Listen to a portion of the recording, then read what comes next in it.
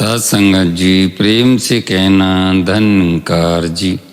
सत्संगत जी आज आपके दर्शन करके, सत्संगत के दर्शन करके मन बहुत प्रफुल्लित होता है कि संतों के दर्शन जीवन में अगर मिल जाएं तो कहते हैं संत मिलन को जाइए तज माया अभिमान, ज्यों ज्यों पग आगे धरें कोटन यज्ञ समान। सत्संगत का ये जीवन मिला है, सेवा सुमरन सत्संग भक्ति का सहज भक्ति हम जीवन में करते जाएं। ब्रह्म का ज्ञान जो मिला है इस भक्ति से ही मैच्योर हो पाता है, समझ आती है कि जीवन में हमें क्या करना है और कैसे इसका हमें गुणगान करना है। और नित्य प्रति हमें ये जब जीवन में बसा रहता है ब्रह्म का ज्ञान, तो हमें ये आत्मा भी खुश में रहती है, आनंद में रहती है, सुकून में रहती है, चैन में रहती है। ये जीवन हमारा इस लेके लग जाए, प्रभु को जान करके इसकी भक्ति जब करते हैं तो जीवन सुंदरमय बनता है, आनंदमय बनता है। और सेवा सुमरन सत्संग करते हुए जीवन की तोड़ हमारी निभ जाए। जितनी श्वासें हैं हम इस परमात्मा को जानकर इसकी भक्ति करते रहें, इसको हर समय ध्यान में रखें, इसकी लिव हमारी हमेशा इस परमात्मा से जुड़ी रहती है, तो ये जीवन आनंदित होता रहता है और हम भी आनंद में रहेंगे। तो ये सुकून चैन दूसरों को भी देते चले जाएंगे और आनंद में सारा संसार रहे, तो हमारी ये लिव इस परमात्मा से हमेशा जुड़ी रहेगी। हमारी तार मन की इस आनंदमय जीवन से जुड़कर ही पूर्ण होती है और आनंद में रहती है हमारी आत्मा, क्योंकि उसे अपने निज घर का पता चल जाता है कि हमें कहाँ से आए और हमें कहाँ पर जाना है। तो ये जब पता लग जाता है और ये कैसे प्रभु की शरण मिलती है, ये गुरु की शरण में जाने से इस परम पिता परमात्मा की जानकारी मिल जाती है। और जब हम नित्य प्रति संगत करते हैं तो ये भाव हमारे जीवन में सेवा सुमरन सत्संग के हमेशा बसे रहते हैं। और इसको जब हम संगत में जाते हैं तो उसे निश्चित रूप से हम ये सोचें कि हमें टाइम से पहुंचना है संगत में, और टाइम से जब पहुंचते हैं तो इसे आनंदमय जीवन में अपने ध्यान को इसमें लगा करके और हम एक चित्त हो करके बैठते हैं।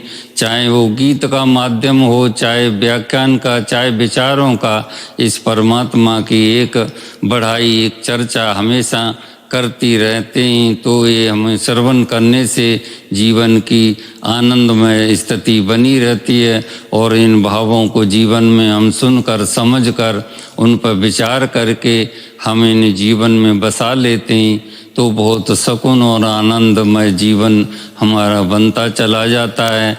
और ये तोड़ हमारी हमेशा निभती चली जाए।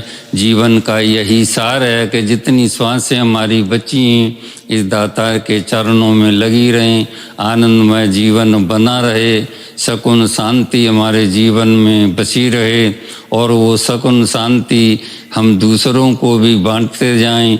जब भी बात एक दूसरे से हम करते हैं तो ये जीवन आनंदमय बनता है और मीठी ही हमेशा बातें करें और मीठास हो हमारी जवान में, तो बड़ा आनंद आता है, दूसरों को भी सुनने में आनंद आता है और आनंद जीवन में ये हमारा बसा रहे और ये जीवन जुड़ा रहे।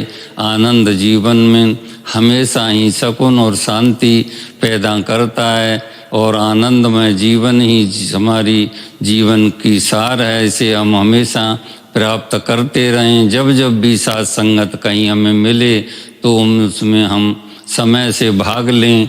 और जैसे माता जी ने समझाया है कि हमें एक चित्त होकर के उसमें बैठना है, मोबाइल फ़ोन की रिंग बंद कर देनी है ताकि हमारा जीवन, हमारा ध्यान उस वचनों की तरफ रहे और दाता निरंकार की तरफ जुड़ा रहे, वो हमारे जीवन में जब बसा रहता है तो सारे कार्य हमारे उसी से होने हैं। ये हमारे सारे कार्य करता है, हमारे अंग संग रहता है। कहते हैं जितना नज़दीक खुदा है उतना नज़दीक न कोई, पर समझ उन्हीं को आवे जिस पे गुरु की रहमत होए। ये सब कार्य हम गुरु की रहमत के आधार पर ही करते हैं। गुरु हमें सामर्थ्य प्रदान करते हैं। संगत तक पहुंचने का ये गुरु का ही साहस होता है और गुरु के साथ हमारे चरणों में लगन लगी रहती है तो ईश्वर भी आनंद में रहता है और ईश्वर भी खुश होता है। बाबा हरदेव जी महाराज पे कहा करते थे, मिल बर्तन में बड़ी बरकत होती है और बड़ी ताकत होती है। मिल बर्तन भाईचारे से हम भाई को भाई मानकर हम एक ब्रदरहुड वैश्विक भाईचारा हम मानकर उससे जब हम चलते हैं तो जीवन आनंद होता है, दूसरों को भी सुकून मिलता है और अपनी आत्मा भी सुकून में चैन में रहती हैं, आनंद में रहती हैं। तो ये जीवन की सिखलाई गुरु की हर बात हमारे जीवन में बसी रहे, आनंद में रहें और एक दूसरे को इस परमात्मा की चर्चा करते चले जाएं, एक दूसरे के भाव नम्र बनते चले जाएं। ये नम्रता ही जीवन का अंग होता है। कहते हैं प्यार वह फूल है जो दुनिया में सुगंधित करता है। संत जन अपने नेक और नम्रता और सत्कार के भावों से अलग ही पहचाने जाते हैं। वो जहाँ जहाँ भी जाते हैं अपनी नेक दिली से पहचाने जाते हैं, अलग ही होते हैं संत। संत अपनी जवान मिठास से एकदम पहचान लिए जाते हैं कि ये संत हैं। एक बार कहते हैं राजमाता जी कहीं मार्केट में गईं तो वो एक दुकान पर गईं कपड़े की, वहाँ पर भीड़ लगी हुई थी, हर लोग चिल्ला रहे थे, भाई ये दिखाना भाई, ये साड़ी दिखाना, वो दिखाना। जब वहाँ पर भीड़ खत्म हुई तो सहज में माता जी ने उठकर कहा, भाई साहब जी वो साड़ी कलर की है, वो हमें दिखाइए। तो वो बच्चा कहने लगा जो दिखा रहा था साड़ियाँ के माता जी आप निरंकारी हैं। तो उन्होंने कहा आपने कैसे पहचाना कि हम निरंकारी हैं? कह रहे मेरे पड़ोसी भी वो भाई साहब जी ऐसे ही जी लगा के बात करता है। तो निरंकारी मिशन की यही इंसान की भावना होती है कि हम मीठा बोलें, आनंद में बोलें।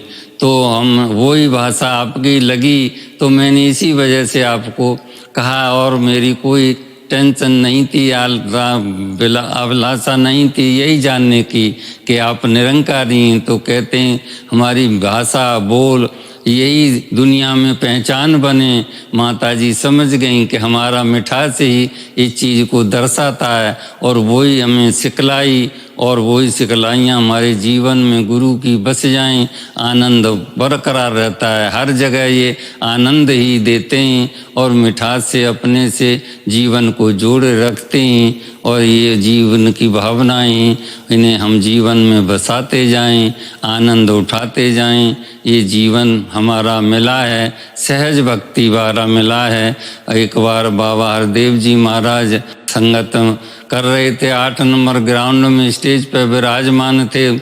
एक महात्मा जल्दी में आ रहे थे गाड़ी लेकर के, सारे परिवार को साथ लेकर के। तो उन्होंने एक रेड लाइट जंप कर दी और आगे ट्रैफिक यातायात कर्मचारी ने उनको रोक लिया और बड़े अधिकारी के पास ले गए कि इन्होंने रेड लाइट को क्रॉस कर दिया है और देखिए ये ध्यान नहीं देते इनको, तो आप जो भी करना है आप चालान जैसे भी करना है आप हक में ये हम आपके पास तक लाएं। तो वो कहने लगे बड़े अधिकारी कहाँ जा रहे? तो जो आप जंप कर गए उन्होंने कहा जी संगत में जा रहा था, 8 नंबर ग्राउंड में बाबा हरदेव जी महाराज बैठे हुए हैं, मेरा ध्यान वहीं पर लगा था और लाइट को नहीं देखा मैंने और जंप कर गया, सर मुझसे गलती हो गई। सहज भाव से हाथ जोड़ करके वो महात्मा कहने लगे। तो उन्होंने कहा अच्छा आप तो बड़े नेक दिल वाले हो, भाषा बहुत मीठी है। हमारा पड़ोसी भी एक निरंकारी है, वो भी ऐसी ही भाषा बोलता है जैसे आप बोल रहे हो। कोई बात नहीं। उन्होंने 100 का नोट निकाला और कहने लगे, जब गुरु के गुरु से कितने सुंदर विचार वाले हैं, भाव वाले हैं, तो गुरु कितना सुंदर और भावों वाला होगा। आप मेरी भी नमस्कारी कर देना। बजाय उन्होंने चालान काटने के और उनको 100 रुपया दे करके और वहाँ से रवाना किया कि आप जाइए, कोई बात नहीं, आपको माफ़ कर दिया गया, क्योंकि आपने बड़े नेक दिल से अच्छे भावों से ये चीज़ बतलाई, तो हमें बहुत अच्छा लगा। तो कहते हैं जहाँ भावना नेक दिल वाली होती है, सुशील होती है, आनंदित होती है, तो उसको देख करके दूसरे भी अपने मन के भावों को बदल लेते हैं। ये गुरु की सिखलाई है। अगर उनको मान के हम जीवन में बसा के चलते हैं तो ये आनंद बरकरार रहता है। कहाँ इंसान पड़ोसी था उनका और कहाँ वो बचा रहा था। गुरु की सिखलाई हर इंसान के जीवन में बसी रहे, तो एक दूसरे को ये संभालते हुए, बचाते हुए, हर काम से, हर मुसीबत से गुरु हर समय बचाता ही रहता है। और ये जीवन में गुरु के भाव बसते चले जाएं, आनंद सुंदर बना रहता है और स्वयं भी आनंद में रहता है, दूसरों को भी सुकून आनंद देता चला जाता है। साथ संगत जी, प्रेम से कहना धन्यकार।